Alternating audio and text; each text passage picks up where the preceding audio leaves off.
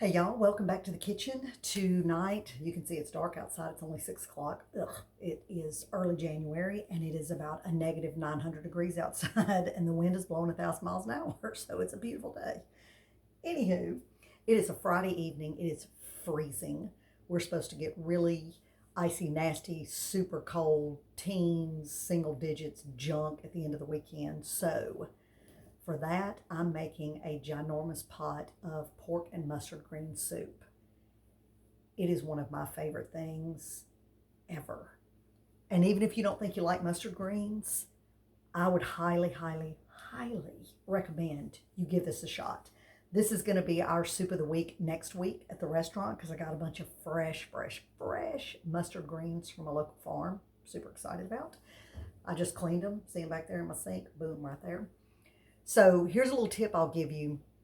I may have mentioned this before. If you're cooking a lot of greens, and you can define what a lot is, and that's about 24 ounces, pound and a half. I cook when I'm at the restaurant. I will, at home, run them through my washing machine. I know that sounds incredibly crazy, but it works beautifully. I mean, beautifully. Throw them in, put them on a rinse cycle. You know, you can run a rinse cycle, make sure your machine's real clean. Throw them in there, run them through a rinse cycle, pull them out. They are good to go. It beats them up a little bit, but you're cooking them, so they're going to kind of get a little beat up.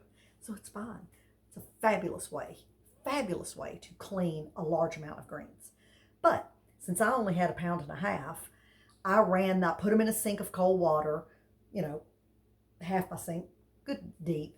Kind of pushed them around a little bit, let them sit for a few minutes to let the dirt settle. Scooped the greens off the top into a colander, drained it, cleaned the sink, filled it again, and went through that process 3 times. That's not hard. It just takes a few minutes, no big deal. But that's how I cleaned these greens so that they're ready to go in, so you don't have any of that little bit of gritty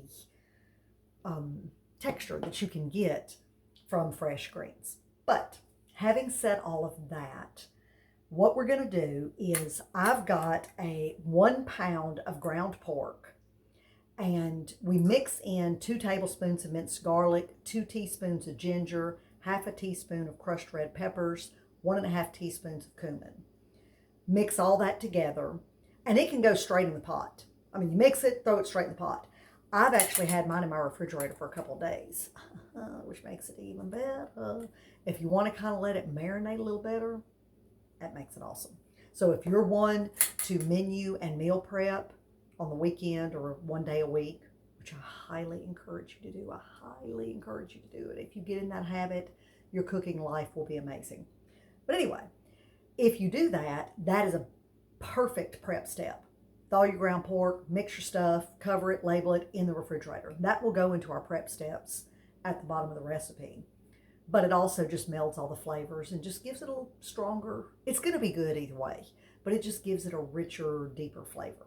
So, having said all that, I got my handy dandy stainless steel stock pot, 2 tablespoons of lard. You could use duck fat. I don't know that I would use tallow. You could if that's your oil of choice, your fat of choice. But I would stick with lard or duck fat, either one of those. Goose fat, if you can get it, that's pretty hard to get. So we're going to melt the oil, dump our ground pork in there, and brown it. You know, just cook it till it's done. It's going to render some more fat, which is awesome. And then from there, we will move on to a couple of other steps. This is a very simple recipe. There's nothing really super weird about any of the ingredients. It does call for fish sauce, which is not really weird, but it's not the most common thing to have in the kitchen. I have some, but not everybody does. I didn't used to have it. But anyway, you can use Worcestershire sauce. That's fun to say. Instead, if you want, and it works well. I've done that a lot, but I am going to use the fish sauce. It's just a couple of teaspoons, and it just gives it a real rich flavor that goes in at the end. Other than that, the ingredients are very standard. So let me move my camera, turn it down so you can see what's going on, and we'll get busy. Okay, so here's my pork. I'm not going to make y'all listen to the splattering, popping noise through the whole thing. But I've just got my pork in the hot oil. It's on about a medium heat. And I'm going to stir it around and keep kind of chopping up my pork until it's, you know, nice ground, small bite texture. I don't want any big wads of pork because I want to be able to get a little pork and the seasonings and the mustard greens in every single bite. So I'll let this finish. It just takes a couple minutes, and then I'll be right back for us to move to the next step. Okay, one thing I was just dumping away and then realized, oh my gosh, I don't have the camera on, what a ding dong. But all I did was add salt and pepper, so it's not exactly that big of a deal. But it's a teaspoon of salt and a half teaspoon of pepper that you add to your meat. Now, mine, it's 95% done, not all the way, but it's gonna continue to simmer, so it's fine. So from here, we're gonna add 8 cups of stock, and I've got some homemade bone broth. These are 4-cup containers. It's a deli, a quart-sized deli cup. So I had these in the freezer.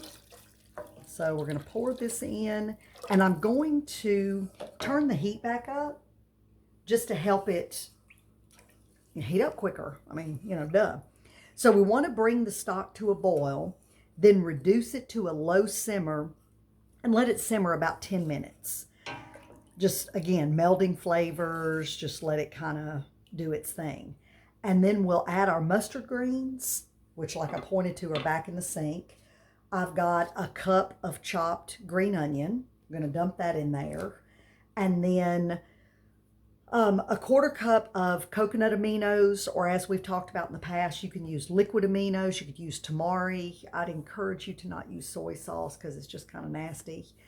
But I'm going to use, I like to do half and half coconut aminos, liquid aminos. And I've talked about this before as well.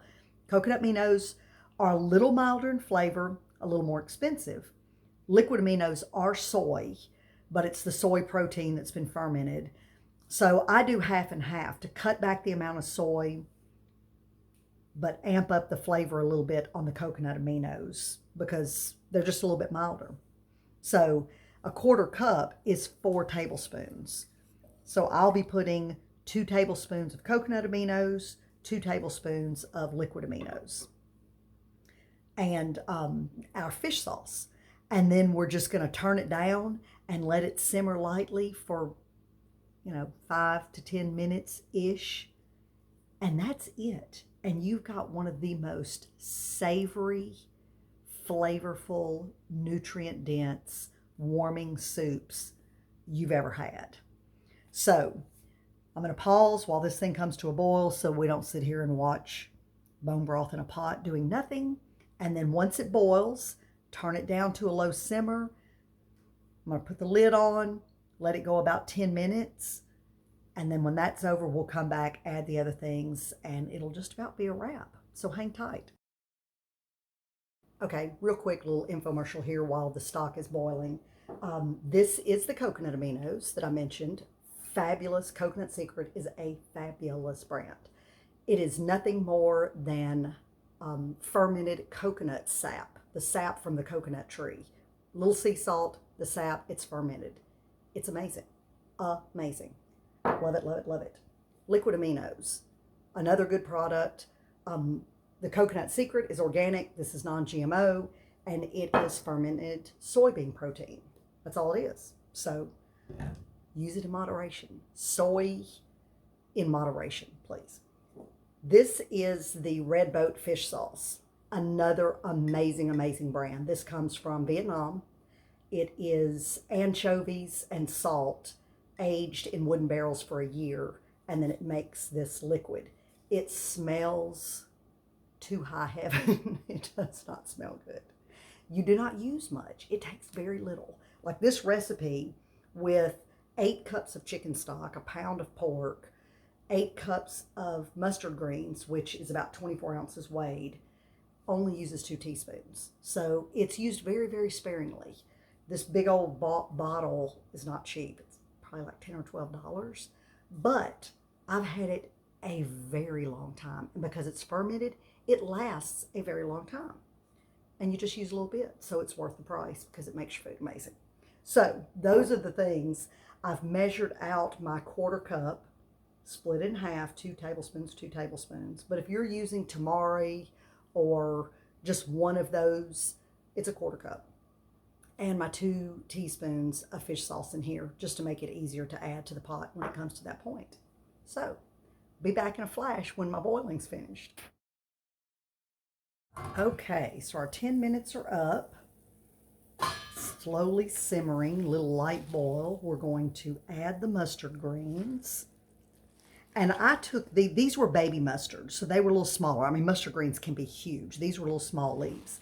So I just took them and used a pair of scissors while I was washing them and just cut them up that way. Usually, if I've got full mustard leaves, I'm tearing them with my hands.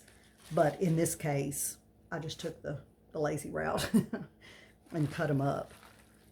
So mustard greens are similar to spinach. When they get hot and wilt down, they go from this massive pile to this little tiny amount. So it may look like I'm just, oh my gosh, adding way too much. But I promise you, they'll cook down, and this is such a good soup. I first served this to my customers at a farm-to-table dinner that I did, and everybody flipped out. I've actually done it at a couple different events like that, but it was extremely well received. So I would really encourage you to give it a shot. All right, so we've got our mustard greens in there, and now we're going to add our cup of green onion. And that's just, you know, green onions cut in little slices. And then our 1/4 cup of the tamari aminos and 2 teaspoons of fish sauce. And we'll add that. And then from here, you just want to simmer it until your greens are tender. And that can be however long you want it to go. If you like them a little crunchier, you know, a little more strength to them, simmer them 5 minutes and eat it. It's fine. If you want them really, really soft, then let it go a little longer. I'm probably, just because it's 6:20 and I want to go take a shower and blah, blah, blah, I've been working all day, I'm just going to let it simmer on low. My mouth's watering so bad I can hardly talk, y'all. I'm going to let it simmer on low for probably 20 minutes or so while I go take a shower. And then we are going to hog out. Once it's done cooking to your likeness, then you can add a little salt and pepper maybe if you'd like. You know, taste the broth, see if it's got enough salt for you. Add a little salt. Other than that, get my mustard greens out of there. It's ready to go. And you can sit down and pig out. It's great with some crusty, or some good sourdough bread, or cornbread is phenomenal with it.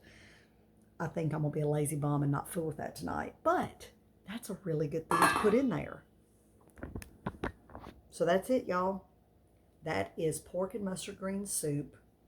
Very simple, very nutritious, very, very tasty. So warming in the cold weather. So y'all give it a shot. Let me know what you think, and I'll see you back on the next video.